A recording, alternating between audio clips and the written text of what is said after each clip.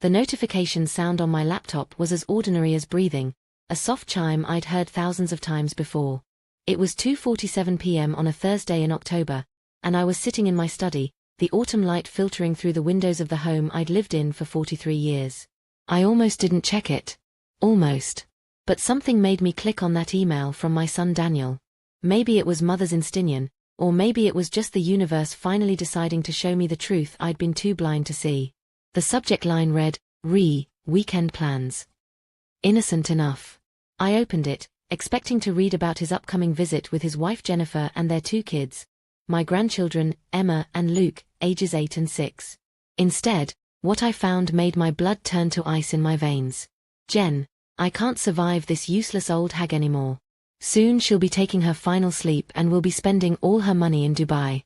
The kids don't even need to know the real reason we're moving overseas. Mom's getting weaker every day, and Dr. Patterson says the medication adjustments should speed things along nicely. We just have to keep playing the loving family for a few more months. I read it once, twice, 3 times. Each word burned itself into my brain like acid on metal. This wasn't meant for me. This was meant for Jennifer. My son, my baby boy who I'd raised alone after his father died when he was 12, was plotting my death. Before I tell you what happened next, let me ask you something. Comment below and tell me where you're watching from, because what I'm about to share with you transcends geography. Betrayal by the people we love most deeply? That's a universal language of pain, and if my story helps even one of you see the signs I missed, then maybe sharing this nightmare will mean something. My hands were shaking so violently I could barely hold the laptop steady. Daniel, my Danny, who used to crawl into my bed during thunderstorms until he was 10 years old. Daniel, who I'd worked 3 jobs to put through medical school. Daniel, who'd inherited his father's gentle eyes and his grandfather's stubborn chin. This was the same boy who used to make me Mother's Day cards with handprints painted in poster paint, who'd sworn at his father's funeral that he'd always take care of me. The medication adjustments. Dr. Patterson. Suddenly, everything clicked into place with terrifying clarity. For the past 6 months, Daniel had been managing my medications. He was a physician himself, an anesthesiologist, and when I'd started having trouble remembering which pills to take when, he'd offered to help organize everything. He'd even switched me to a new primary care doctor, his colleague Dr. Patterson, saying my old doctor was behind the times and that I needed more modern care for someone my age. I was 72 years old, not ancient, but I'd been feeling increasingly tired, occasionally confused, sometimes dizzy. Daniel had been so concerned, so attentive. He'd started coming by twice a week to check on me, always bringing my medications pre-sorted in those little plastic weekly organizers. Jennifer would come too, smiling that perfect suburban smile, helping me with housework I'd been managing fine on my own for decades. They'd been slowly poisoning me. The room spun around me like I was on a carnival ride from hell. I gripped the edge of my desk, my wedding ring, Tom's wedding ring I still wore 30 years after his death, clicking against the wood. How long had this been going on? How close was I to that final sleep Daniel was so eagerly anticipating? But here's the thing about being an old woman that people always underestimate. We've survived longer than most for a reason. We didn't make it through 7 decades by being fragile flowers. And in that moment, sitting in my study with the afternoon light casting long shadows across the floor, I felt something I hadn't felt in months, crystal clear, razor-sharp fury. They thought I was weak. They thought I was disposable. They thought I was just some useless old hag standing between them and my money. Money I'd saved for 40 years, money from Tom's life insurance, money from the small business I'd built from nothing after he died. Dubai, the email had said. They were planning to take my grandchildren to Dubai, using money they'd stolen by murdering me. I reached for my phone with hands that were no longer shaking. They were steady now, steady with purpose. There was a number I hadn't called in 15 years, but I remembered it perfectly. Some numbers you never forget, especially when they belong to people who owe you their lives. Marcus, I said when he answered. It's Eleanor. Remember what you told me after I helped get you through law school? That if I ever needed anything, anything at all, I should call. Eleanor? Jesus, is that really you? Of course I remember. What's wrong? You sound. Put our plan into action, I said, my voice calm as winter morning. The one we talked about all those years ago. It's time. The silence on the other end stretched for exactly 4 heartbeats. Then Marcus, now one of the most successful estate attorneys in the state, said the words that would set everything in motion: "Consider it done." If you've ever been betrayed by someone you'd die for, you know exactly how I felt in that moment.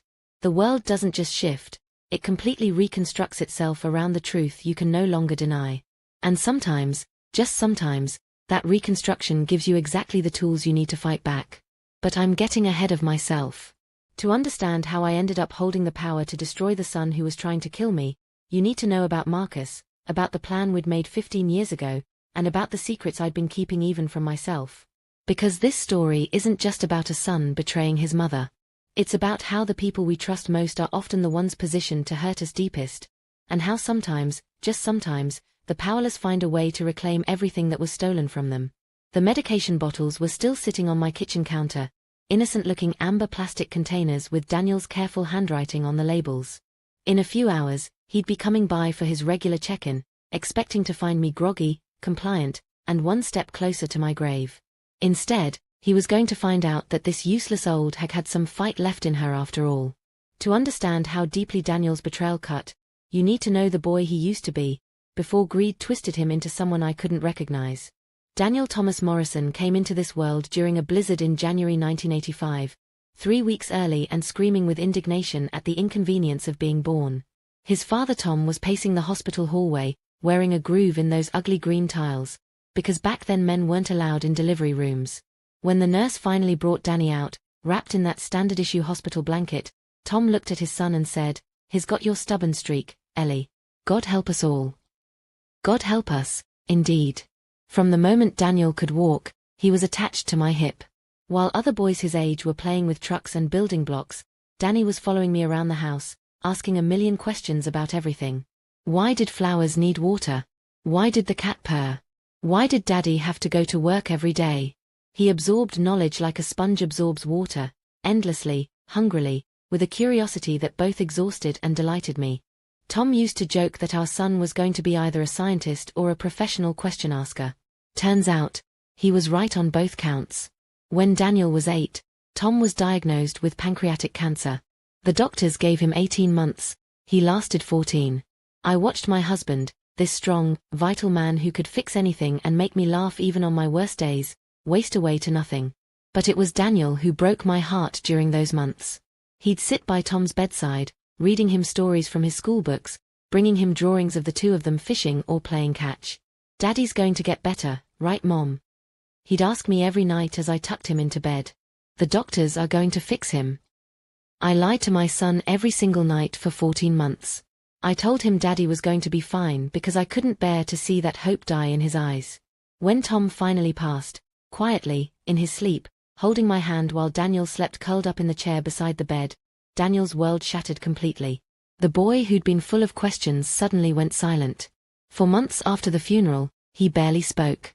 He'd sit in his father's chair, clutching one of Tom's old work shirts, just staring out the window. The school counselor said it was normal grief, that children process loss differently, but I knew my son. This wasn't just grief, this was guilt. Somehow, in his 8-year-old mind, he'd convinced himself that if he'd been a better son, if he'd tried harder, if he'd loved his father more, maybe Tom wouldn't have died. That's when I made the first of many sacrifices I'd make for Daniel over the next 30 years. I quit my job at the insurance office and started cleaning houses, work I could do around Daniel's school schedule, work that would let me be home when he needed me. We lost Tom's income, his benefits, his steady presence, but I was determined that Daniel wouldn't lose anything else. The house we'd bought together, this same house I'm sitting in now, had a mortgage that suddenly felt impossible. Tom's life insurance helped, but it wasn't enough to cover everything. So I worked. I cleaned Mrs. Patterson's house on Mondays, the Johnsons on Tuesdays, Dr. Reeves' medical office on Wednesday evenings after his staff went home. I scrubbed toilets and mopped floors and pretended my knees didn't ache. Also Daniel could stay in the same school, keep the same friends, sleep in the same bedroom where his father used to read him stories. Slowly, gradually, my son came back to life. He started asking questions again. He joined the science club, made honor roll, showed flashes of the brilliant boy I knew he could be. But there was something different now. A hunger, an ambition that hadn't been there before Tom died. "I'm going to be a doctor, Mom," he told me when he was 12, with the kind of certainty most kids reserve for declaring their favorite ice cream flavor. "I'm going to save people like the doctors couldn't save Dad." By the time Daniel was in high school, my little business had grown. I wasn't just cleaning houses anymore. I was managing properties, coordinating maintenance, even doing some bookkeeping for local small businesses. It wasn't glamorous work, but it was mine, and it was enough. More than enough, actually. I was making good money, more than I'd ever made at the insurance office. But Daniel's dreams were expensive. Medical school tuition, application fees, MCAT prep courses. The costs added up faster than I could count. So I worked more. I took on bigger contracts, more demanding clients. I learned QuickBooks and Excel, taught myself basic accounting, turned my little cleaning business into something that could pay for my son's future. The night Daniel got accepted to medical school, he cried. Actually cried, right there in our kitchen, holding the acceptance letter like it was made of gold. "Mom, I can't believe it," he said, his voice breaking. "I did it. We did it." I held him, this grown man who was still my baby boy, and felt every sacrifice, every aching muscle, every lonely night had been worth it. My son was going to be a doctor. He was going to save lives. Tom would have been so proud. 4 years of medical school, followed by 4 years of residency in anesthesiology. Daniel worked harder than anyone I'd ever known, but he also grew distant. The boy who used to call me every day started calling once a week, then once every 2 weeks. When he did call, he sounded tired, stressed, different somehow. Then he met Jennifer. Jennifer Walsh was everything I wasn't: young, polished, beautiful in that effortless way that comes from never having scrubbed someone else's bathroom floor to pay for groceries. She was a pharmaceutical sales representative, drove a BMW, wore designer clothes that probably cost more than I made in a month. She was also sweet, or seemed to be. She laughed at my stories, helped with dishes when they came for dinner, played with the neighbors' kids like she was a natural mother. "She's perfect, Mom," Daniel told me after they'd been dating for 6 months. "She gets it, you know? She understands what I want out of life." What he wanted out of life, apparently, was everything I'd never been able to give him. A big house in the suburbs, expensive vacations, a lifestyle that matched his new status as Dr. Daniel Morrison. When they got engaged, the wedding alone cost more than I'd spent on myself in 5 years. But I paid for it gladly because Daniel was happy, and his happiness had always been the only thing that mattered to me. The grandchildren came next, Emma, then Luke 2 years later. Beautiful, bright children who called me Nana and filled the house with laughter whenever they visited. For a while, it felt like we were a real family again. Daniel would bring them by every weekend, and Jennifer would help me bake cookies while the kids played in the backyard where their father had once played. But somewhere along the way, the visits became less frequent. Daniel was busy with his practice, Jennifer had her own job pressures, the kids had school activities and playdates with friends whose grandmothers probably lived in better neighborhoods. I understood, or told myself I did. People's lives get complicated. Children grow up and move on. It's the natural order of things. Except it wasn't natural, what was happening to me. The growing fatigue, the confusion, the dizzy spells that made me grab onto furniture to keep from falling. Daniel's concerned face when he'd stop by to check on me, his gentle insistence that I needed better medical care, his offer to help manage my medications because you're getting older, Mom, and these things can be confusing. I'd been so grateful for his attention. So relieved that my son still cared enough to worry about me. God, I'd been such a fool. The boy I'd raised, the son I'd sacrificed everything for, had been slowly killing me for months. And the worst part, the part that made my chest feel like it was caving in every time I thought about it, was how good he'd gotten at pretending to love me while he was doing it. But Daniel had made one crucial mistake in his plan. He'd underestimated the woman who'd raised him. The same woman who'd built a business from nothing, who'd navigated the complex world of insurance and contracts and client management, who'd learned that in this world, you either protect yourself or you become someone else's victim. Marcus Hendricks hadn't just been a struggling law student when I'd met him 15 years ago. He'd been a struggling law student who'd gotten involved with some very dangerous people, who owed money he couldn't repay, who was about to disappear permanently if someone didn't help him. I'd helped him. And in return, he'd helped me set up something that Daniel never knew existed. Something that would make his betrayal the biggest mistake of his life. The sun was setting outside my study window, casting long shadows across the floor. In an hour, Daniel would arrive for his evening check-in, expecting to find me weak, confused, ready for my nightly dose of whatever poison he'd been feeding me. Instead, he was going to find out that some lessons can't be unlearned, no matter how old the teacher gets. The doorbell rang at exactly 6:30 p.m., just like it had every Tuesday and Friday for the past 6 months. Daniel's punctuality had always been one of his best qualities. As a child, he'd never been late for school, never missed a deadline, never kept anyone waiting. Now I realized that same precision was being used to orchestrate my death. I walked to the front door, my steps deliberately slow and shuffling. For months, I'd been unconsciously playing the part of the failing old woman because that's what I thought I was becoming.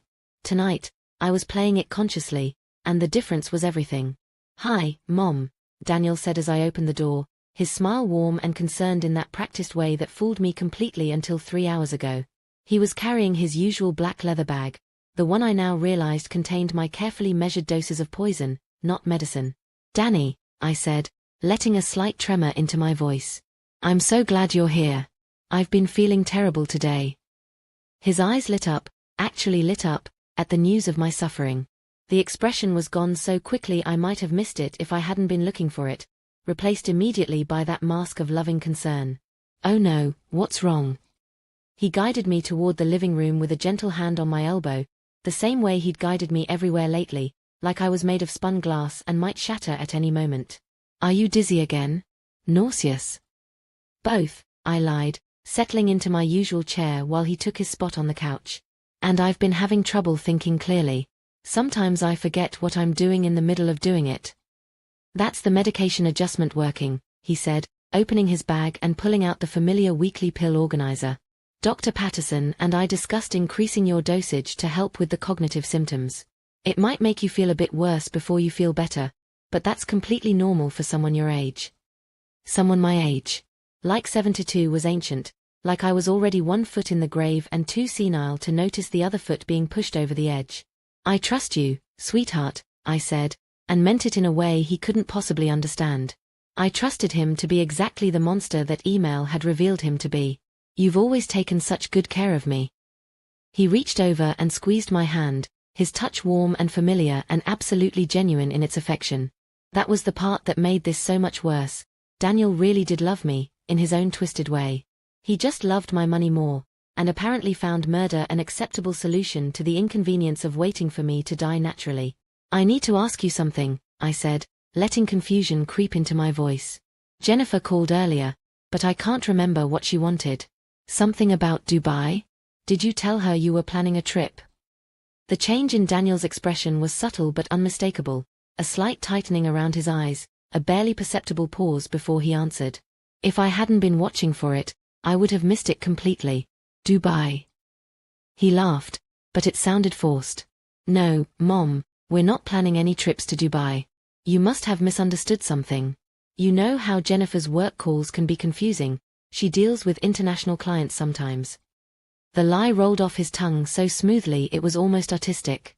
Here was my son, the boy I'd raised to value honesty above everything else, lying to my face while slowly poisoning me to death. The cognitive dissonance was staggering. "Oh," I said, nodding like his explanation made perfect sense. "That must be it. My mind isn't as sharp as it used to be." "It's okay, Mom. That's what I'm here for, to help you keep track of things." He stood up and walked toward the kitchen. "Let me get you some water for your evening pills." The moment he left the room, I moved.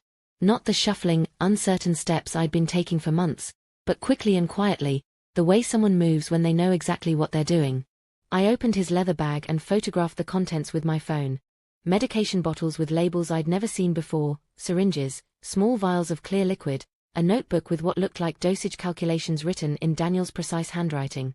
By the time he returned with the water glass, I was back in my chair, looking frail and confused and utterly harmless. "Here we go," he said, setting the glass on the side table and opening the pill organizer. "Tuesday evening's medications." I looked at the pills, 6 of them tonight, more than usual. 2 were familiar, medications I'd been taking for years for my blood pressure and arthritis. But 4 were different, a large white tablet I'd never seen before, 2 small blue capsules, and something that looked like a vitamin but had an odd chemical smell. "What's the white one?" I asked, picking it up and examining it like I was genuinely curious rather than documenting evidence of attempted murder. "That's the new medication Dr. Patterson prescribed for your cognitive issues," Daniel said smoothly. "It's a bit experimental, but he thinks it might help with the memory problems you've been having. Experimental. Of course it was. Daniel wasn't just poisoning me, he was using me as a test subject for whatever cocktail of drugs would kill me slowly enough to avoid suspicion. And these blue ones? Those are for the dizziness. They might make you a bit sleepy, but that's normal. You should probably plan on going to bed early tonight. Plan on going to bed early. Forever. I nodded obediently and dry swallowed all 6 pills while Daniel watched.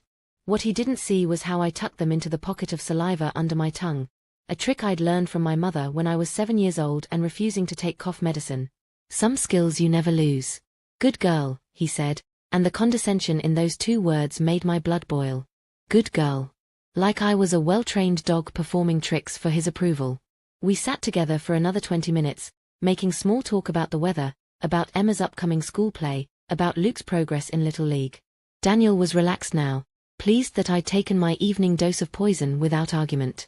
He told me about his day at the hospital, about a difficult surgery he'd assisted with, about the new car he and Jennifer were thinking about buying.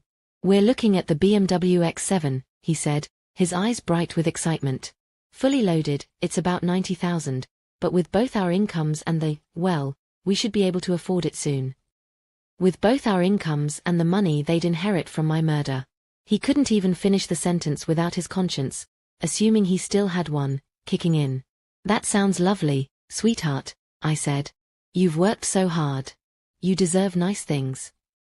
The irony was killing me. I'd spent 30 years working multiple jobs so Daniel could have nice things, and now he was literally killing me so he could afford even nicer things. The American dream in all its twisted glory. Finally, he packed up his bag and prepared to leave. I'll see you Friday, okay Mom? Call me if you need anything before then, but you should be feeling the effects of the new medication pretty strongly over the next few days. Don't be alarmed if you feel disoriented or have trouble staying awake. That's exactly what we want to happen. He kissed my forehead, the same gentle kiss he'd been giving me since he was 5 years old, and walked out the door. I waited until I heard his car pull out of the driveway, then spat the 6 pills into my hand and flushed them down the kitchen sink. My phone was ringing. Marcus. It's done, he said without preamble. The paperwork is filed, the accounts are transferred, everything is in place. Are you sure about this, Eleanor? Once we pull this trigger, there's no going back. Through the kitchen window, I could see Daniel's taillights disappearing down the street.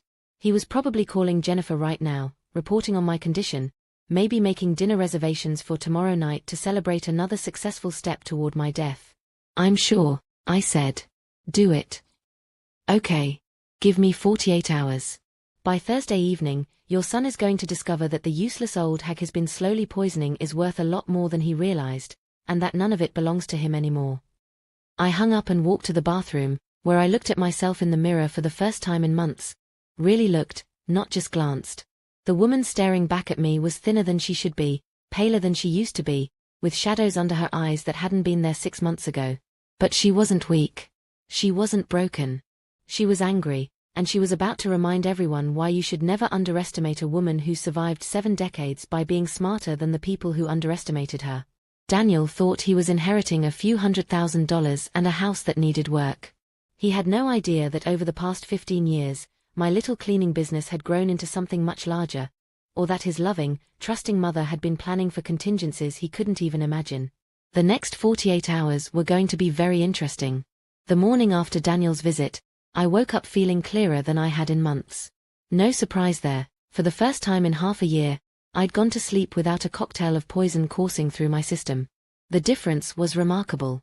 My head felt clear, my balance was steady, and the constant fog that had been clouding my thoughts was finally lifting. I made coffee, real coffee, not the decaf Daniel had insisted I switch to for my heart, and sat in my kitchen thinking about secrets. Specifically, about the secrets I'd been keeping from my son for the past 15 years. When Daniel was in medical school, struggling with the enormous debt and pressure, I'd started getting calls from collection agencies. Not for me, for Marcus Hendricks, a law student who'd apparently given my number as a reference without asking. The first few times, I just told them they had the wrong number. But the 5th call was different. The man on the phone wasn't from a collection agency. His voice was quiet, measured, and absolutely terrifying. Mrs. Morrison, he'd said, I understand you know Marcus Hendricks. We need to speak with you about his situation. That's how I learned that Marcus, sweet, struggling Marcus who'd been working 3 jobs to pay for law school, had gotten involved with some very dangerous people. He'd borrowed money from loan sharks to cover his expenses, thinking he could pay it back quickly once he graduated and got a job with a law firm. But the interest had compounded faster than he'd anticipated, and the people he owed weren't known for their patience or forgiveness. They were going to kill him. Not metaphorically, literally. And they wanted me to help them find him because apparently, I was one of the few people who'd shown him kindness when he was at his lowest point. I could have given them his address. I could have washed my hands of the whole situation and gone back to my simple life of working and raising Daniel. Instead, I did something that still surprises me when I think about it. I paid off his debt. $47,000. It was every cent I'd saved for Daniel's final year of medical school, plus money I borrowed against the house, plus a loan from the bank that took me 3 years to pay off. But I did it because Marcus reminded me of my son, brilliant, hardworking, drowning in a system designed to crush people who didn't start with advantages. When I told Marcus what I'd done, he cried. Actually broke down sobbing in my living room, this 25-year-old man who'd been carrying the weight of certain death on his shoulders for months. Why? He asked. Why would you do this for someone you barely know? Because someone should have done it for you already, I said. Because the world has enough cruelty in it, and sometimes we get to choose not to add to it. That's when Marcus made me a promise that would change both our lives. He was going to graduate, he was going to become successful, and he was going to spend the rest of his career making sure I never regretted that decision. More than that, he was going to help me protect myself in ways I'd never even thought I'd need. Eleanor, he'd said, you just saved my life. But someday, someone might threaten yours. When that happens, I want you to call me, and I'll make sure you have every advantage they think you don't have. Over the next 15 years, as Marcus built his law practice into one of the most successful firms in the state, he kept that promise. He helped me restructure my business, taught me about asset protection, showed me how to make investments that would grow without drawing attention.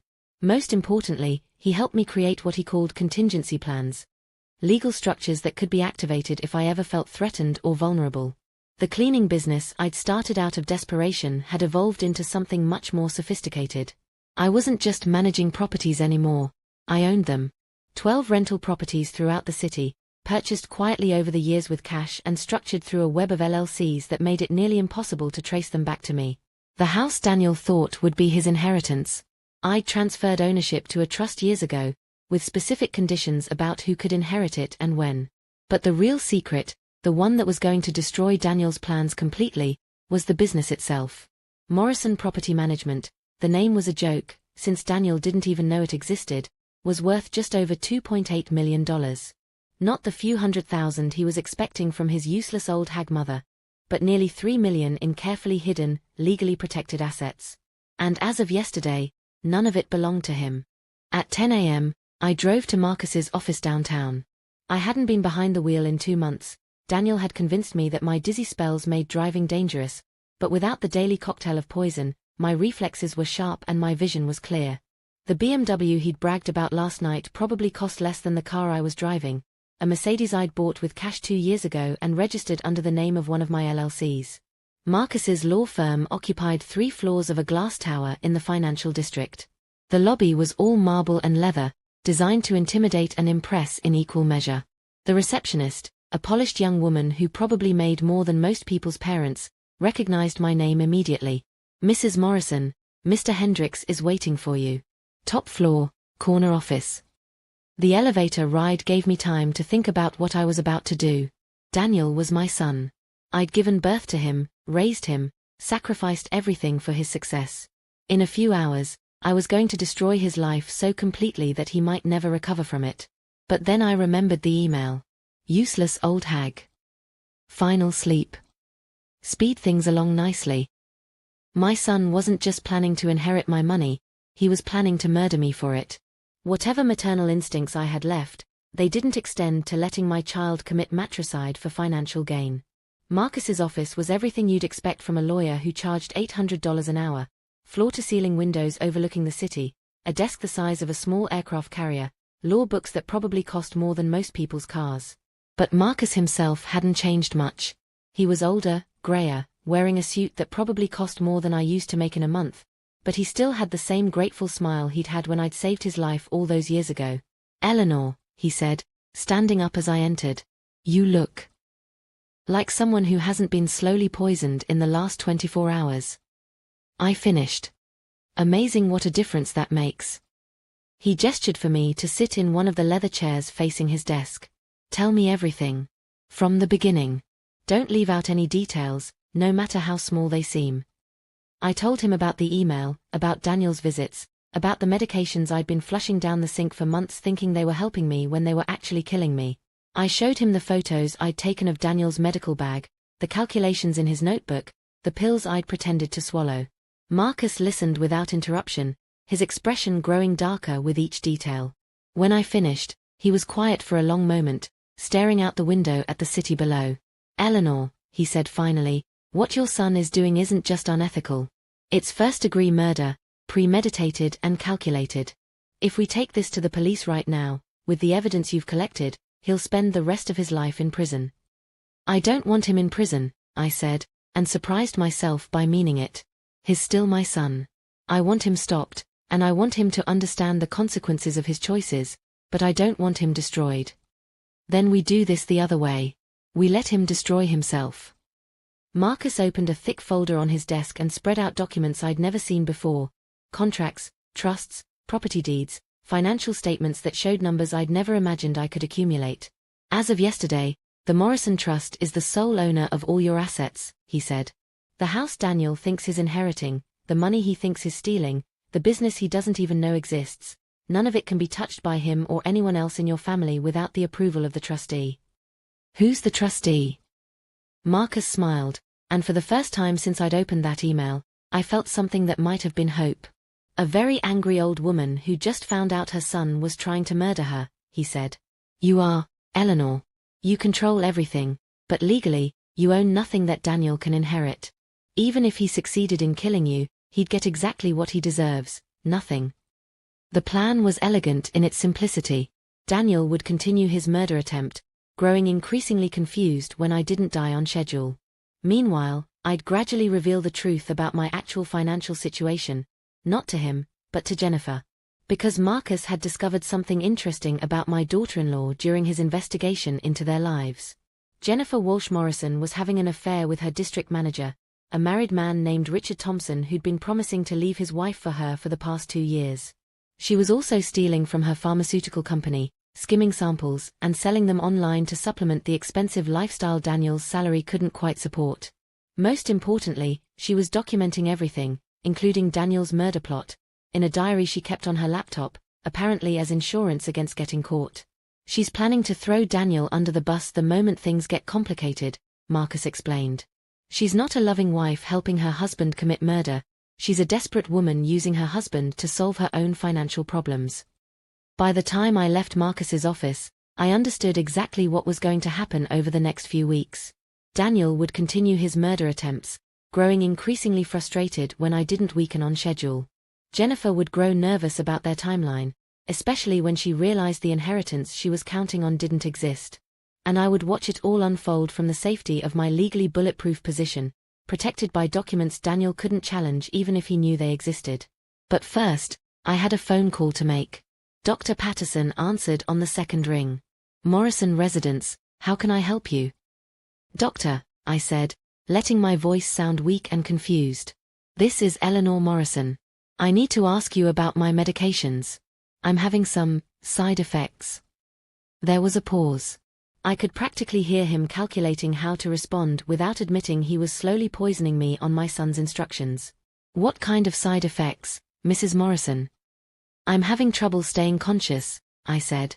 "Yesterday I fell asleep at 3 p.m. and didn't wake up until this morning. And I'm seeing things that aren't there. Little flashes of light, shadows moving when nothing's moving." More silence. "Then, those symptoms are concerning. I think we should schedule an appointment immediately. Can you come in this afternoon?" "I don't think I should drive," I said. "Daniel usually takes me to appointments, but he's at work and I hate to bother him." "Mrs. Morrison, these symptoms suggest your medication levels might need adjustment. This is very important. Can you ask Daniel to bring you in as soon as possible? The concern in his voice was genuine, which told me everything I needed to know. Dr. Patterson wasn't a co-conspirator in Daniel's murder plot. He was being manipulated just like I was. Daniel had probably told him I was suffering from early dementia or some other condition that required aggressive treatment. The good doctor thought he was helping a confused elderly woman, not participating in homicide. I'll call Daniel right now, I promised, and hung up. But instead of calling my son, I called Jennifer's office. She wasn't there, apparently out on calls with clients, so I left a message with her secretary asking her to stop by the house when she had time. I had some questions about family vacation plans, I said, and wanted to get her input on something important. The trap was set. Now I just had to wait for everyone to walk into it. At 4 p.m., Jennifer knocked on my front door. She was wearing one of her perfectly tailored business suits, carrying her designer handbag, looking like the successful professional woman she'd worked so hard to become. When I opened the door, her smile was warm and genuine, or at least, it looked genuine until you knew what to look for. Eleanor, how are you feeling? Daniel said you've been having some rough days lately. Oh, I said, shuffling toward the living room in my deliberately pathetic way. Good days and bad days. More bad than good, lately. She settled onto the couch, crossing her legs with practiced elegance. What did you want to ask me about? Your message mentioned vacation plans. Well, I said, settling into my chair with a small grunt of effort, I've been thinking about my will. About what happens to everything when I'm gone. I wanted to make sure Daniel and the children would be taken care of, but I'm not sure how much money they'll actually need. Jennifer's eyes sharpened slightly, but her voice remained casual. Oh, Eleanor, you don't need to worry about things like that. You're going to be around for years and years. I hope so, dear, but at my age, you never know.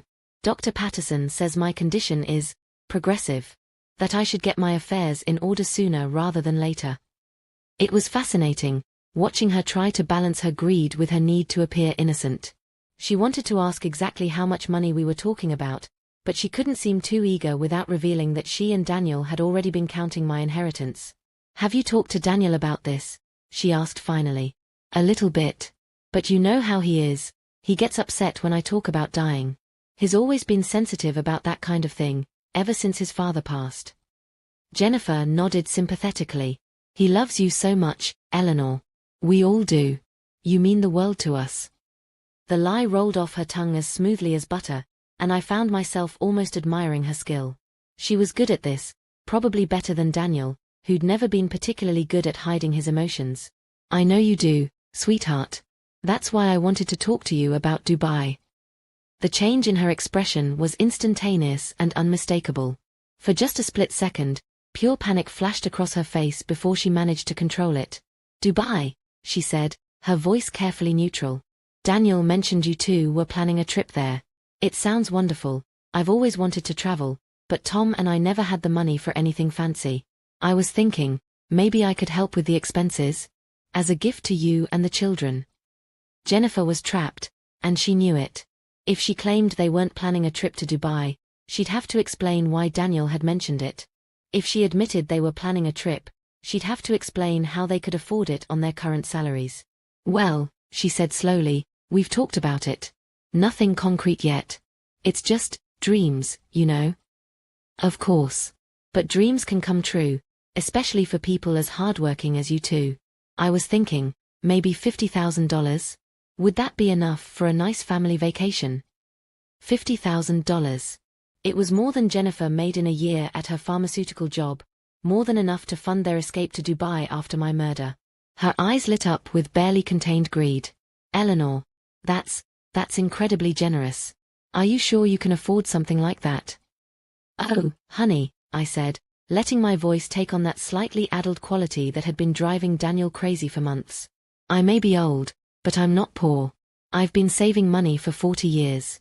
There's more than enough to take care of everyone. Jennifer leaned forward, unable to hide her interest anymore. How much more, if you don't mind me asking? And there it was. The question that revealed everything about who Jennifer really was and what she really wanted.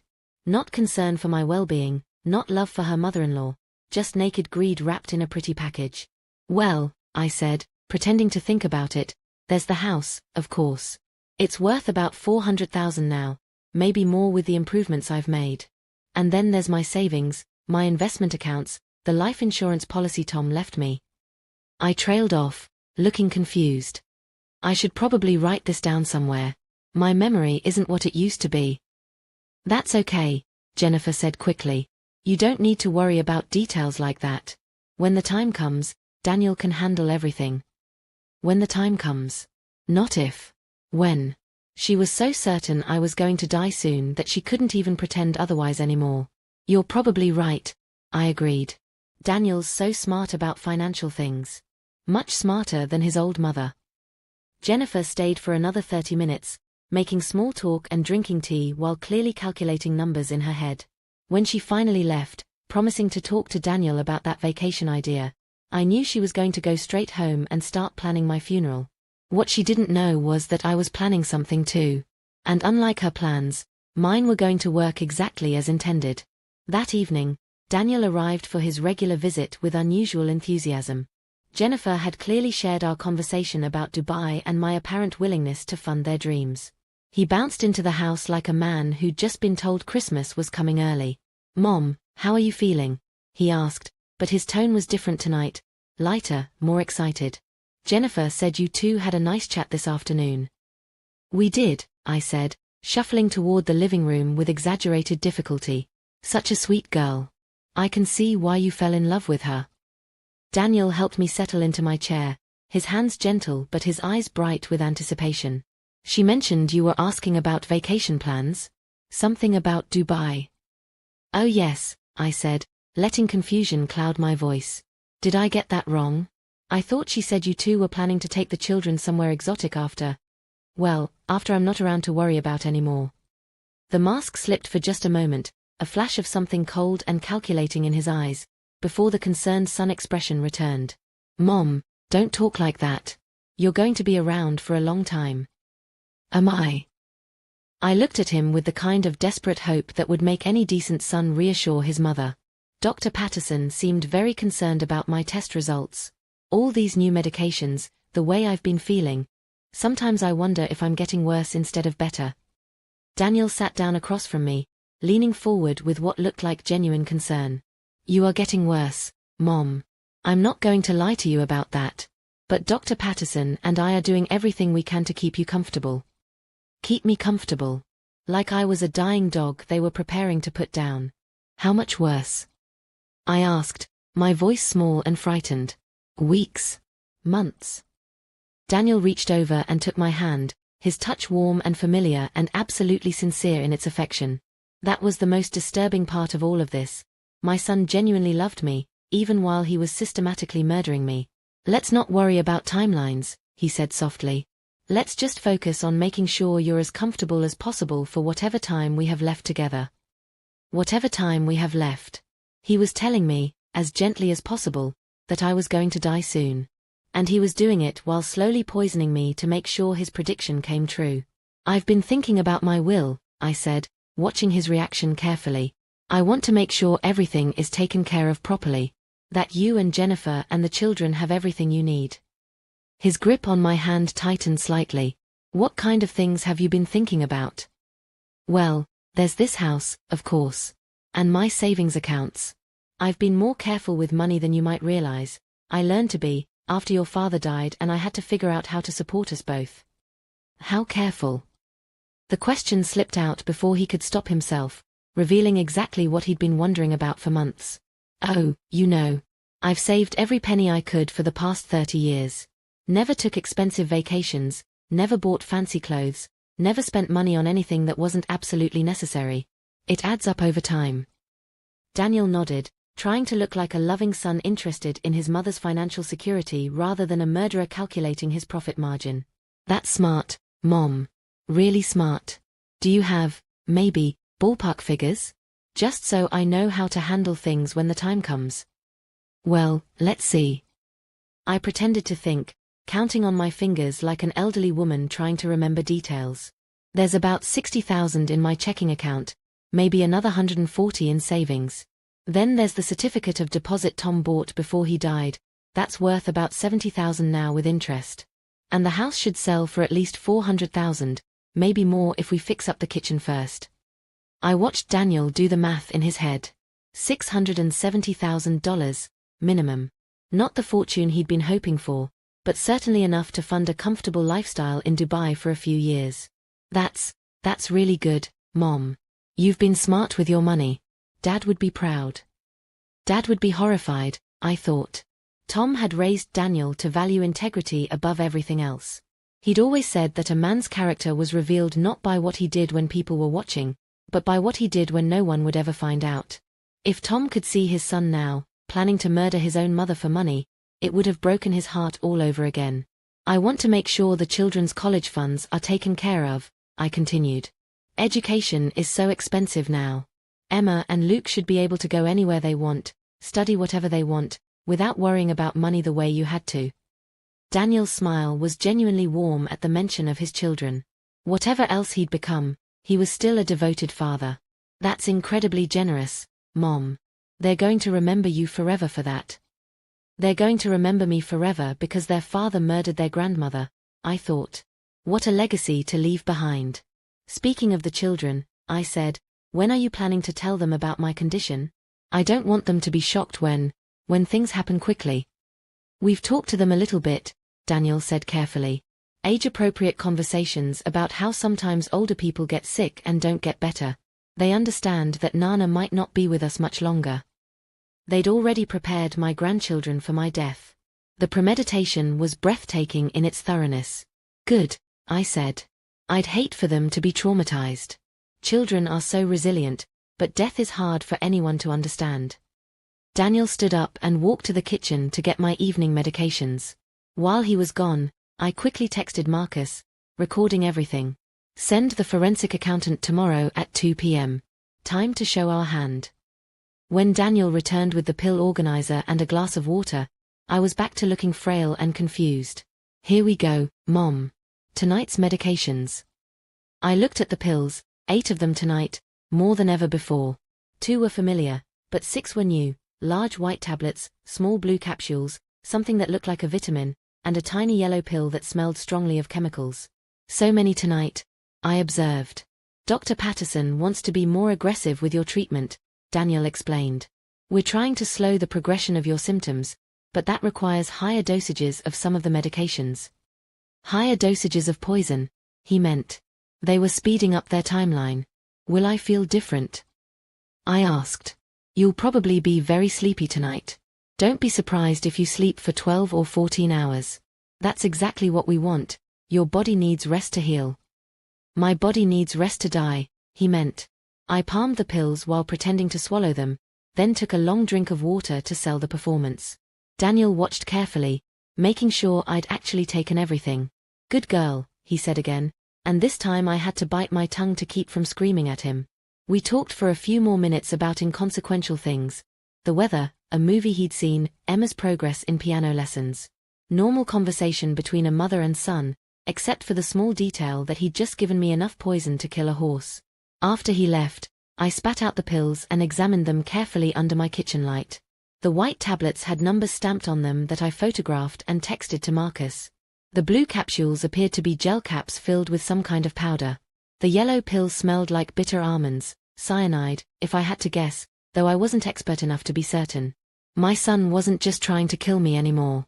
He was trying to kill me quickly. My phone buzzed with a text from Marcus. White pills are high-dose sedatives. Blue ones are diuretics designed to cause dehydration and organ failure.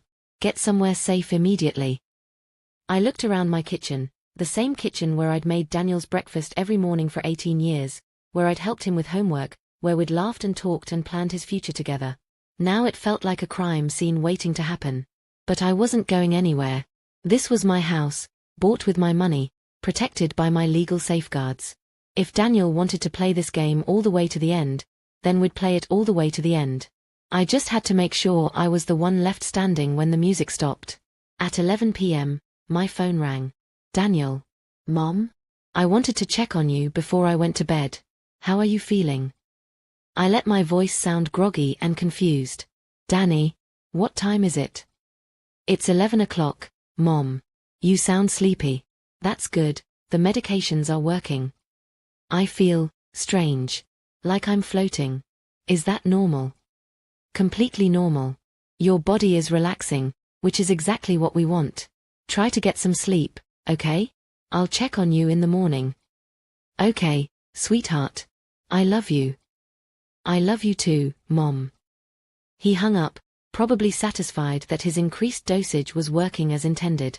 What he didn't know was that tomorrow afternoon, a forensic accountant was going to walk into his life and turn everything he thought he knew upside down. The game was about to change, and Daniel had no idea he was about to lose everything. The next morning, I woke up at 6 a.m. feeling better than I had in months.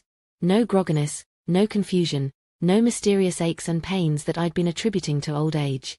It was remarkable how quickly the human body could recover when it wasn't being systematically poisoned. I made coffee and sat in my kitchen, watching the sunrise through the window and thinking about the day ahead. By evening, Daniel would know that his murder plot had failed catastrophically.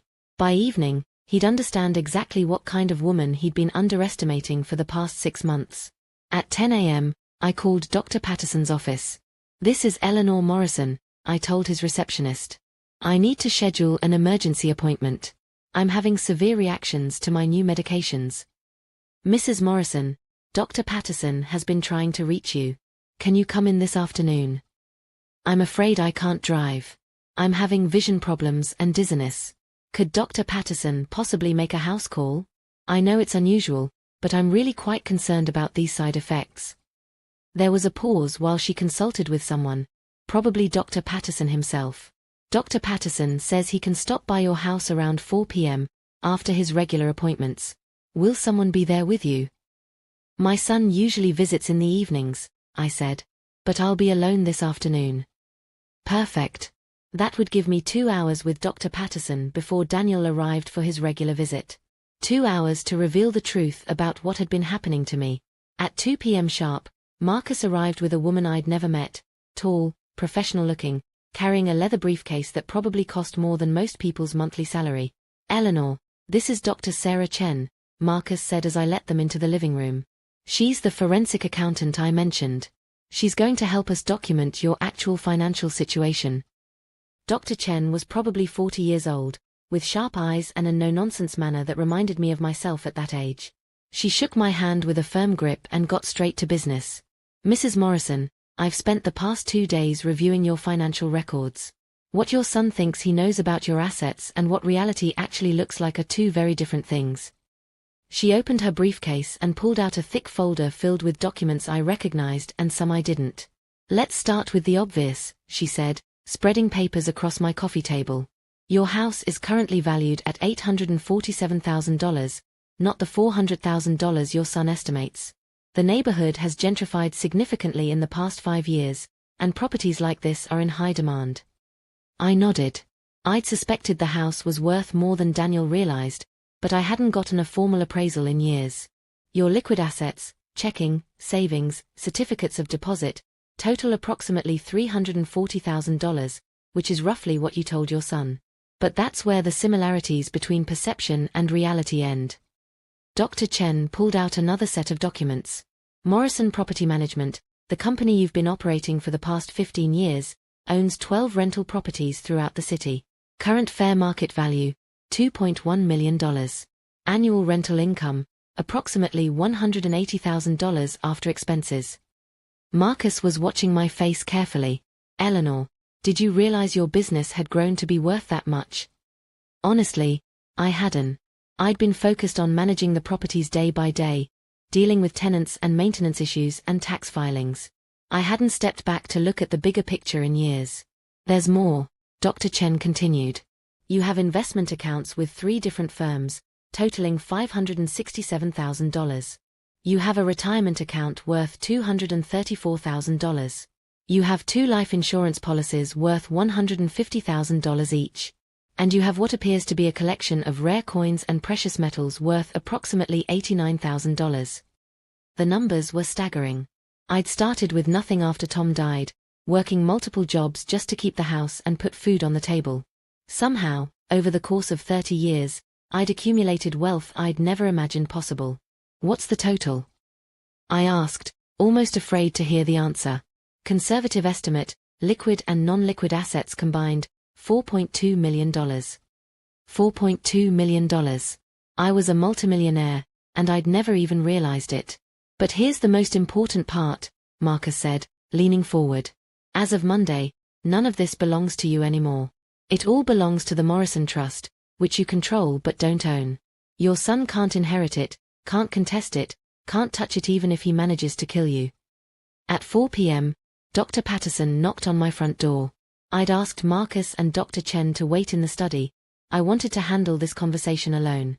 Dr. Patterson was a kind-looking man in his 50s, the sort of doctor who probably went into medicine because he genuinely wanted to help people. When I opened the door, his face was creased with worry. "Mrs. Morrison, how are you feeling? You sounded very concerned on the phone." "I'm feeling much better today, actually," I said, leading him to the living room. "But I have some questions about my medications that are troubling." I'd arranged the pill bottles Daniel had been bringing me on the coffee table, 6 months' worth of medications, carefully saved instead of thrown away. Dr. Patterson's expression grew more confused as he examined them. "Mrs. Morrison, I didn't prescribe most of these medications." "You didn't?" "No. These 2 are medications I prescribed for your blood pressure and arthritis, but the others..." He picked up one of the bottles and read the label. "This is a high-dose sedative. This one is a diuretic that can cause kidney failure if used improperly. This yellow pill is..." He stopped, his face going pale. "Mrs. Morrison, where did you get these medications?" "My son brings them to me twice a week. He says they're prescriptions you've written to help with my cognitive decline." Dr. Patterson was quiet for a long moment, staring at the bottles. When he looked up at me, his expression was grim. "Mrs. Morrison, you don't have cognitive decline. Your last neurological examination was completely normal. And I would never, under any circumstances, prescribe this combination of medications to anyone. These drugs, taken together, would be..." He paused, choosing his words carefully. "They would be potentially fatal." "Are you saying my son has been poisoning me?" "I'm saying someone has been giving you medications that could kill you, and they've been doing it systematically over a period of months. We need to call the police immediately." "Not yet," I said. "There's something I need to show you first."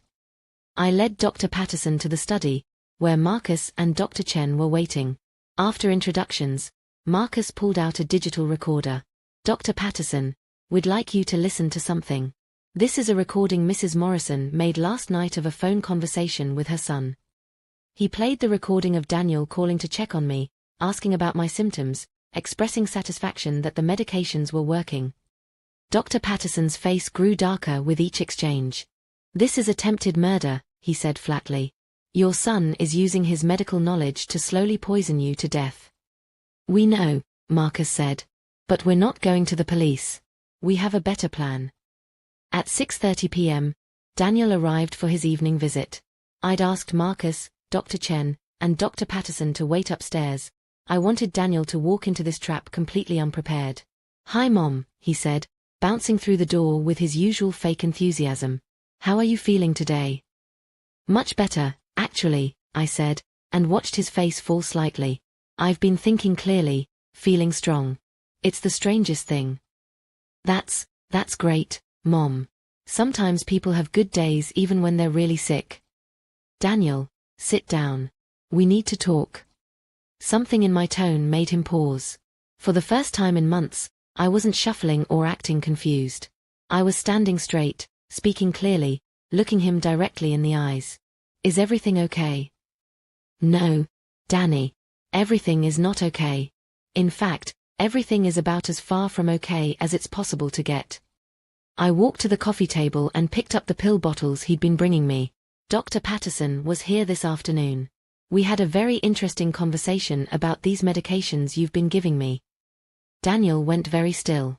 "What kind of conversation?" "The kind where he told me he never prescribed most of these pills.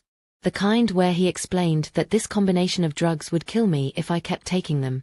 The kind where he used the word murder several times." The color drained from Daniel's face. "Mom, I can explain." "Can you? Can you explain why you've been slowly poisoning me for 6 months?" Can you explain the email I accidentally received yesterday? The one where you told Jennifer you couldn't wait for this useless old hag to take her final sleep so you could spend all my money in Dubai. Daniel's mouth opened and closed like a fish gasping for air. You got the email. I got the email, Danny. I know everything.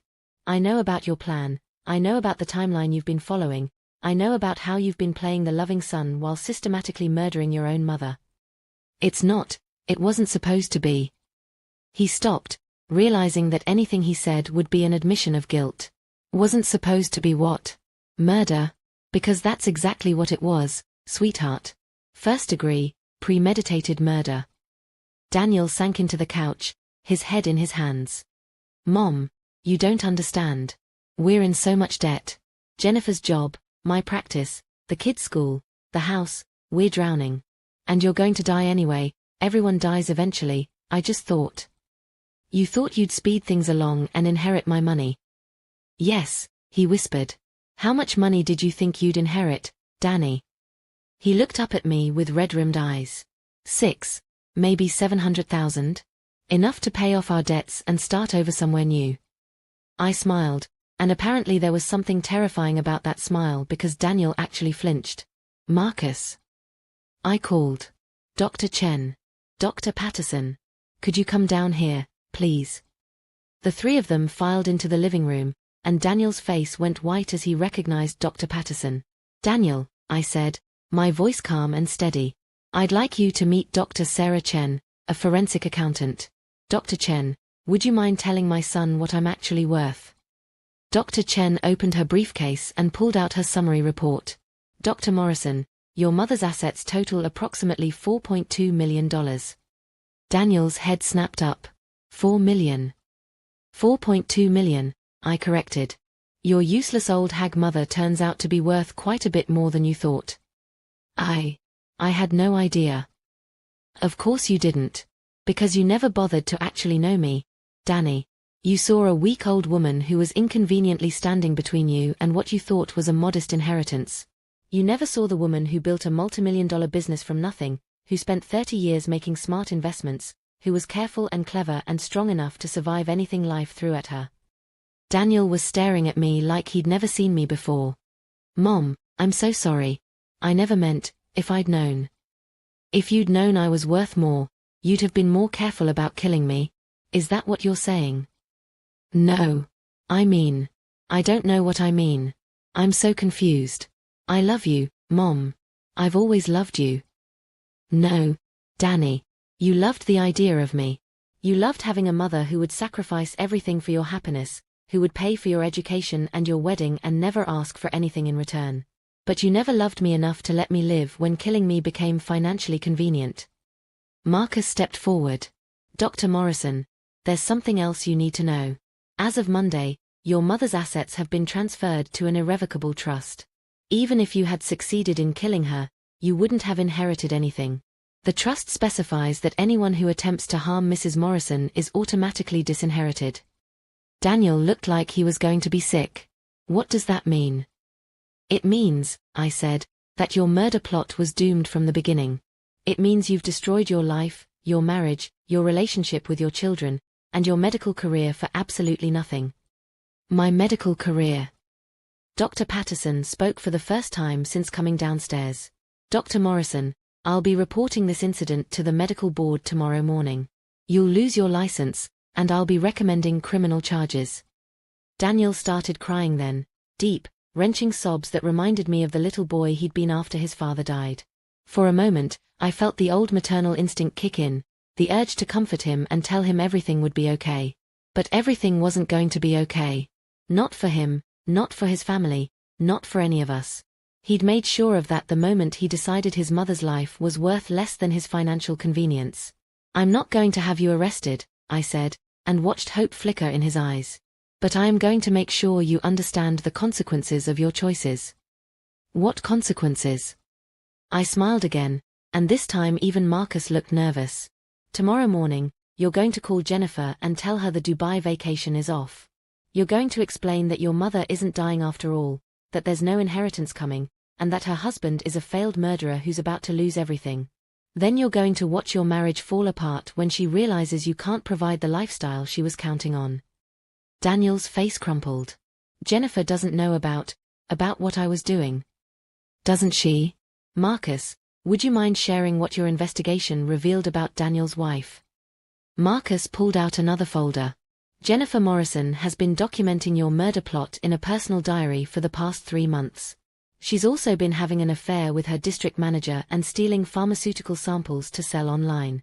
She's been planning to throw you under the bus if anything went wrong. The look of devastation on Daniel's face was almost too painful to watch. Almost. She knew. He whispered. She knew, she approved, and she was actively helping plan our escape to Dubai using the money from your mother's death, Marcus confirmed. Daniel buried his face in his hands again. Oh God. What have I done? What have I become? You've become exactly the kind of person your father raised you not to be, I said. But it's not too late to change that. How? How can I possibly fix this? I looked at my son, this broken man who'd once been the bright, curious boy I'd loved more than life itself, and felt something I hadn't expected to feel, pity. You can start, I said, by learning to live with the consequences of your choices.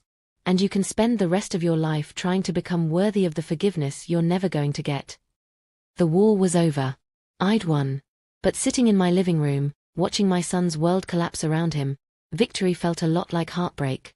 The next 24 hours unfolded exactly as I predicted, though even I was surprised by how completely Daniel's life fell apart once the truth came out. He went home that night and confronted Jennifer about the diary Marcus had discovered. According to the text messages Daniel sent me throughout the following day, desperate, rambling messages that swung between apology and self-pity, Jennifer's response was exactly what you'd expect from someone who'd been caught red-handed. First, she denied everything. Then, when Daniel showed her printed copies of her own diary entries, she blamed him for forcing her to participate in his plan. Finally, when that didn't work, she revealed the full extent of her betrayal. She'd been planning to turn him in to the police the moment I died, claiming he'd acted alone while she was an innocent victim of his manipulation. She had it all figured out. Mom, Daniel texted me at 3 a.m. She was going to be the grieving daughter-in-law, devastated to discover her husband was a murderer. She even had a story prepared about how she'd started to suspect something but was too afraid to speak up because I was volatile and dangerous. By noon on Thursday, Jennifer had packed her bags and moved out, taking Emma and Luke to her mother's house across town. She'd also cleaned out their joint bank account, all $23,000 of it, and charged $15,000 worth of purchases to their joint credit card before Daniel could freeze the account. But that was just the beginning. Dr. Patterson had followed through on his promise to report Daniel to the medical board. By Thursday afternoon, Daniel was suspended pending investigation, and his hospital privileges were revoked immediately. His medical malpractice insurance company was notified, and they promptly cancelled his policy. His partners at the anesthesiology practice called an emergency meeting and voted to remove him from the group. In less than 72 hours, Daniel Morrison had lost everything. His medical license, his marriage, his children, his practice, his reputation, and his future. It was a spectacular fall from grace that would have been satisfying if it hadn't involved watching my son destroy himself so completely. The phone calls started on Friday morning. First, it was Daniel's former partners at the practice, calling to inform me that they were considering filing a malpractice suit against him for reckless endangerment of a patient, namely, me. Then it was Jennifer's lawyer, a sharp-voiced woman who wanted to discuss custody arrangements and financial settlements in light of Dr. Morrison's criminal behavior. By afternoon, it was reporters. Somehow, word had leaked about the attempted murder case involving a prominent local physician. My phone rang every 15 minutes with journalists wanting to know about the poisoning grandmother and the doctor who tried to kill his own mother for inheritance money. I stopped answering the phone. Marcus came by around 3 p.m., looking grim. Eleanor, we have a problem. Or rather, Daniel has a problem that's about to become our problem. What now? He's been calling suicide hotlines all day. His neighbor saw him sitting in his car in the garage with the engine running this morning. The police did a wellness check and found him with a bottle of sleeping pills. My blood went cold. For all his faults, for everything he'd done to me, Daniel was still my son. The thought of him taking his own life made me feel sick. Is he safe? For now. He's been admitted to the psychiatric ward at General Hospital on a 72-hour hold. But Eleanor, The doctors are asking about family support systems. About whether anyone would be willing to help him through this. I stared out the window at the oak tree Tom had planted when Daniel was born. 40 years old now, strong and tall and weathered by storms it had survived. Unlike my son, who seemed to be breaking apart at the first real consequence he'd ever faced in his life. What are you asking me, Marcus? I'm asking if you're prepared to help the man who tried to murder you. The question hung in the air between us like smoke. What kind of person forgives attempted murder? What kind of mother continues to love a son who tried to kill her for money? I need to see him, I said finally. Marcus looked surprised. Eleanor, are you sure that's wise? You don't owe him anything. In fact, you'd be well within your rights to never speak to him again. I know what I'd be within my rights to do, I said. But I also know who I am. And I'm not the kind of woman who lets her child destroy himself, even when that child tried to destroy her first. The psychiatric ward at General Hospital was exactly as depressing as you'd expect. Fluorescent lights, linoleum floors, the smell of disinfectant mixed with despair. A nurse led me down a hallway lined with rooms that looked more like prison cells than medical facilities. Daniel was sitting on his bed, staring at the wall. He'd lost weight in the past few days, and his usually immaculate appearance was disheveled. His hair was unwashed, his hospital gown wrinkled, his eyes hollow with the kind of exhaustion that comes from finally understanding the full scope of your own failures. "Hello, Danny," I said softly. He looked up at me, and for a moment I saw the 8-year-old boy who'd cried for weeks after his father died. Then reality crashed back in, and his face crumpled with shame. "Mom. God, Mom, I'm so sorry. I'm so fucking sorry for everything." I'd never heard Daniel swear before. In our family, profanity had been Tom's domain. He'd had a colorful vocabulary when he was frustrated, though he tried to keep it away from Daniel's young ears. Hearing my son curse felt like another small death of the person he used to be. "I know you are," I said, pulling up the room's single chair. "But being sorry doesn't fix what you've broken." I know it doesn't. I don't understand how I became this person. How did I become someone who could try to kill his own mother? What kind of monster does that? The kind who gets so focused on what he wants that he stops seeing other people as human beings, I said.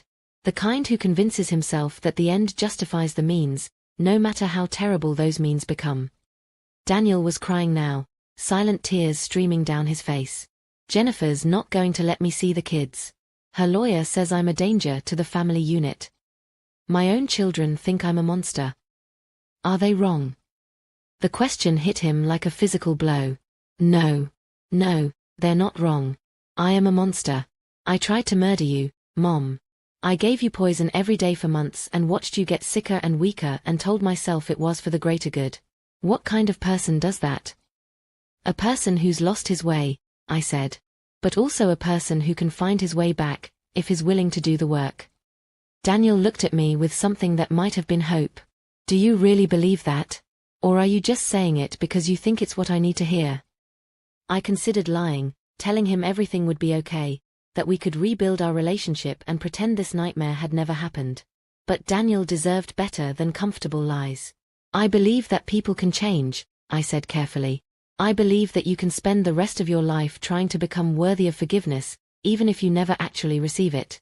But I don't believe that saying sorry erases what you've done, and I don't believe that loving someone means pretending they didn't try to kill you. So where does that leave us?" "I don't know," I admitted. "I honestly don't know if I can ever trust you again.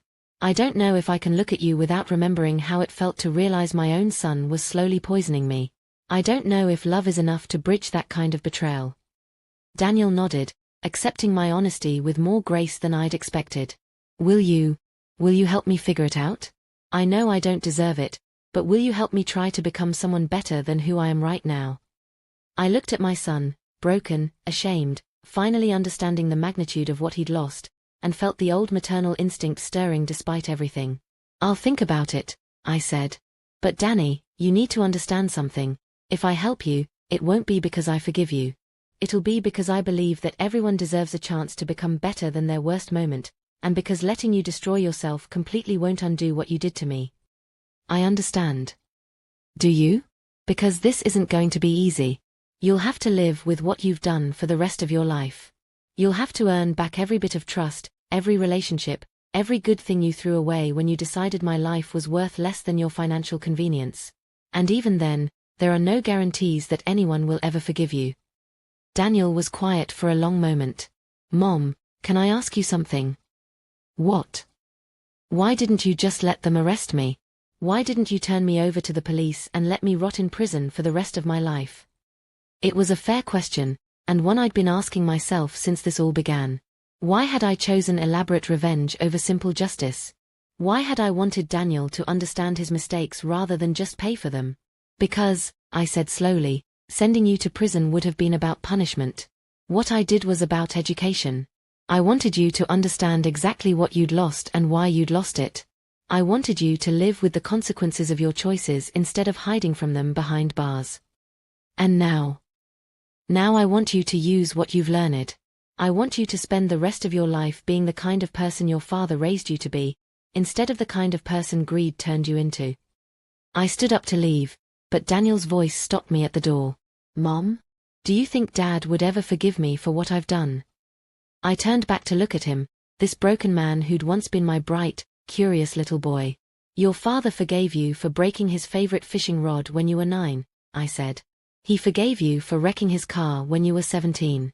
He forgave you for choosing medical school 3 states away instead of staying close to home. Tom was always better at forgiveness than I am." "But this is different." "Yes," I agreed. "This is different. But your father loved you unconditionally, Danny. That doesn't mean he'd approve of what you've done. But I think he'd want you to find a way to live with it that honors the man he tried to teach you to be." I left Daniel in that sterile room, crying for everything he'd lost and everything he'd thrown away. As I walked back through the hospital corridors, I thought about forgiveness and justice and the complicated mathematics of love. By the time I got home, I'd made a decision that surprised even me. 3 months later, I was sitting in my kitchen on a Tuesday morning, watching the sunrise and drinking coffee that was exactly as strong as I liked it, when Daniel knocked on my door. It wasn't his old confident knock, the quick, rhythmic tapping of someone who belonged in this house and knew he'd always be welcome. This was hesitant, uncertain, the knock of someone who wasn't sure he had the right to be there at all. I'd been expecting him. We'd been having these Tuesday morning visits for 6 weeks now, ever since he'd gotten out of the psychiatric facility and started the long process of rebuilding his life from absolutely nothing. "Morning, Mom," he said when I opened the door. He looked better than he had in the hospital. Cleaner, healthier, though still carrying the weight of everything he'd done in the shadows under his eyes. "Morning, Danny. Coffee? Please." We sat at my kitchen table, the same table where I'd helped him with homework 30 years ago, where we'd planned his future and celebrated his successes and never imagined we'd end up here. The silence between us was comfortable now, though it had taken months to get to this point. "Any word from Jennifer?" I asked, though I knew the answer. She'd filed for divorce within a week of learning there was no inheritance coming, and she'd been systematically poisoning Emma and Luke against their father ever since. "Her lawyer says I can have supervised visits starting next month," Daniel said, his voice carefully neutral. 2 hours every other Saturday, with a social worker present. It was more than he'd had for 3 months, but less than any father should have to accept. The children had been told that Daddy had done something very bad to Nana and that's why they couldn't see him anymore. 8 and 6 years old, trying to understand why the father they'd loved had suddenly become someone dangerous. "That's progress," I said. "Is it?" 2 hours every other Saturday to try to explain to my children why their father is a monster. "You're not a monster anymore, Danny. You were, for a while. But monsters don't spend their days volunteering at the homeless shelter and their evenings in therapy trying to understand how they became people they don't recognize." It was true. Daniel had thrown himself into the work of rehabilitation with the same intensity he'd once applied to medical school. He was in therapy 4 days a week, attending support groups for people who'd committed violence against family members, working 40 hours a week at a nonprofit that provided free medical care to indigent populations. He was making $22,000 a year instead of the $200,000 he'd been earning as an anesthesiologist, and he seemed genuinely grateful to have any work at all. "Sometimes I wonder if it's enough," he said. "All the therapy, all the volunteer work, all the self-examination. Sometimes I think maybe some mistakes are too big to come back from." "Maybe they are," I said. "But that doesn't mean you stop trying." We finished our coffee in comfortable silence. These Tuesday visits had become a ritual for both of us, a weekly check-in that wasn't quite forgiveness but wasn't quite condemnation either. It was something new, something we were building from the wreckage of our old relationship. "I should go," Daniel said, standing up. "I have a shift at the clinic in an hour." "Danny," I said as he reached for his jacket. "There's something I need to tell you." He paused, and I saw the old fear flicker across his face. Even now, 3 months later, he was still braced for the other shoe to drop, still expecting to discover new consequences for what he'd done. "I've been thinking about the trust," I said. "About what happens to the money when I die." "Mom, you don't have to." "Let me finish." I pulled out a legal document Marcus had prepared for me the week before. "I've amended the terms.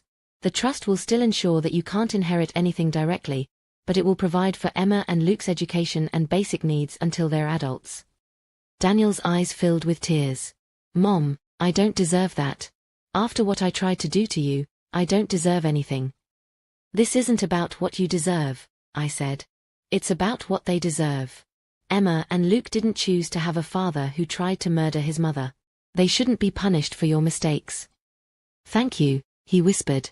"Thank you for not punishing them for what I did." After he left, I sat in my kitchen thinking about justice and mercy and the strange arithmetic of family love. Daniel would never get his old life back. He would never practice medicine again, never earn the kind of money that had made his betrayal seem worthwhile, never have the easy relationship with his children that he'd thrown away for the promise of quick wealth. But he was alive, and he was working to become better than he'd been, and sometimes that's the best any of us can do. My phone rang. "Marcus." "Eleanor. I just got off the phone with the prosecutor's office. Jennifer's plea hearing is next week. They're recommending 2 years in minimum security in exchange for her testimony about Daniel's plans." Jennifer had been arrested a month after Daniel's hospitalization, charged with conspiracy to commit murder and theft of pharmaceutical samples. Unlike Daniel, she'd shown no remorse, no interest in rehabilitation, no acknowledgement that she'd done anything worse than get caught. Her defense strategy was to blame everything on Daniel's manipulation while presenting herself as another victim of his violent tendencies. "Will you be testifying?" Marcus asked. "No," I said. "I've said everything I need to say. Let Jennifer face the consequences of her choices just like Daniel is facing his." "And Daniel? Any word on whether the prosecutor wants to pursue charges?" It was complicated. Technically, Daniel had committed attempted murder, and the state had enough evidence to convict him easily. But I'd refused to cooperate with the prosecution, and without my testimony, their case was much weaker. More importantly, Daniel's complete mental breakdown and ongoing psychiatric treatment had convinced most people that he was more sick than evil. "The prosecutor says they're focused on Jennifer right now," I said.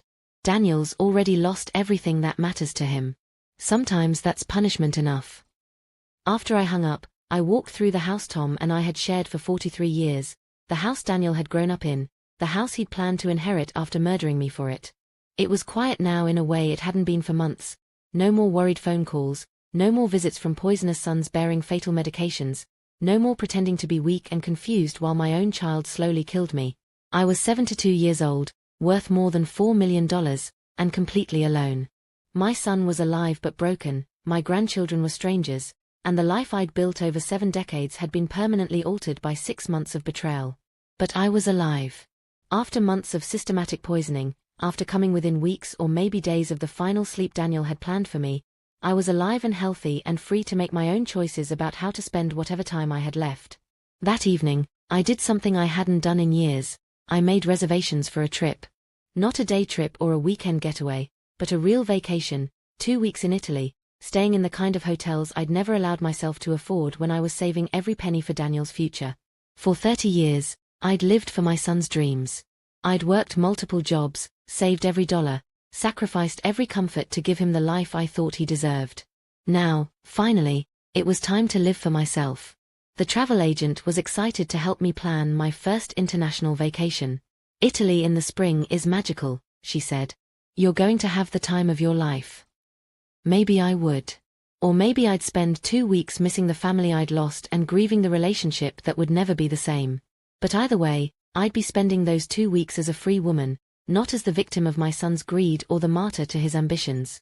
As I hung up the phone and started thinking about packing for Rome, I realized something that surprised me. I was happy. Not the complicated happiness that comes from getting revenge or winning a battle, but the simple happiness of being alive when you weren't sure you would be. Daniel had tried to kill me for money I never even knew I had. In the process, he destroyed his marriage, lost his children, ended his career, and shattered every relationship that mattered to him. He'd given up everything he claimed to value in pursuit of wealth that wouldn't have been his even if his murder plot had succeeded. But he'd also given me something unexpected. The knowledge that I was stronger, smarter, and more valuable than anyone, including myself, had ever imagined. At 72, I'd learned that I wasn't just a mother or a widow or an old woman marking time until death. I was a successful businesswoman, a strategic thinker, someone capable of outmaneuvering an opponent who thought he could manipulate me because I loved him. The useless old hag Daniel had tried to kill was gone forever. In her place was a woman who knew exactly what she was worth, and it wasn't just the $4.2 million in the Morrison Trust. I was worth whatever I decided I was worth. And I was just getting started.